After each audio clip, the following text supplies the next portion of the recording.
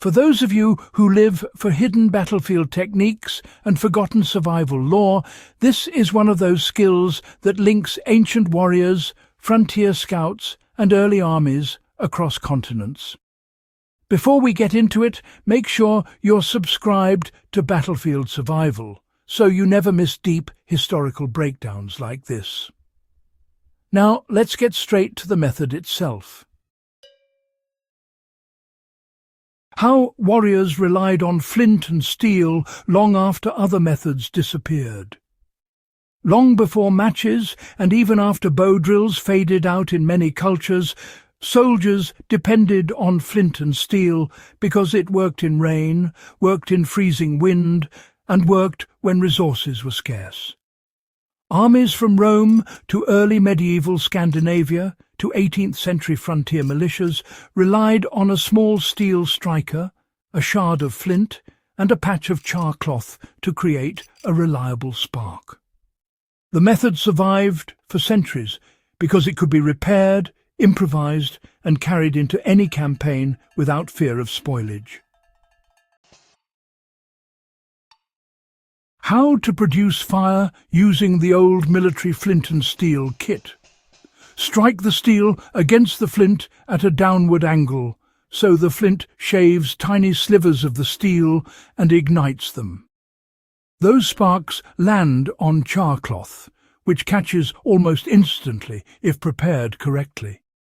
Fold the glowing ember into a small tinder bundle of dried grass, shredded bark, or historical favourites like birch tinder fungus or cattail fluff.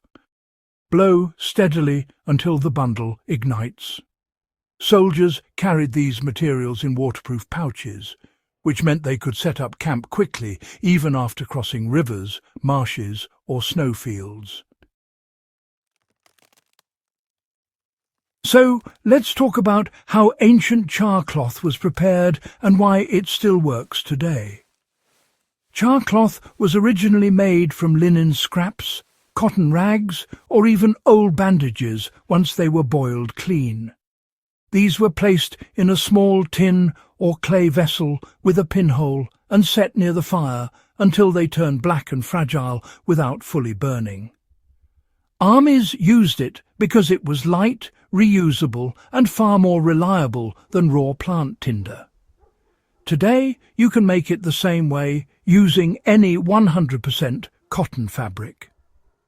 It's honestly one of the most consistent ember catchers you can store in a survival kit or recreate in the field with nothing more than a metal container and a flame source.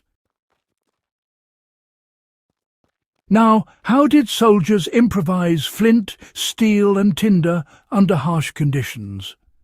Well, campaign journals show soldiers using broken musket frisons as steel strikers when their kits were lost. Flint could be replaced with quartz, chert, or any sharp stone capable of shaving sparks from steel. Tinder could come from scraped pine bark, dried moss stuffed inside clothing, or bracket fungi cut from trees along the march. If you ever find yourself needing this method, you can recreate the exact same process. Pick a hard, sharp stone, test it against your knife spine or any carbon steel tool, and pair it with a piece of char cloth or fine plant fibres dried near the fire. So, how does this method remain useful for modern survivalists and field historians? Whether you're testing historical gear, teaching living history events, or building a reliable backup method for emergency kits, flint and steel remains the simplest long-term fire solution.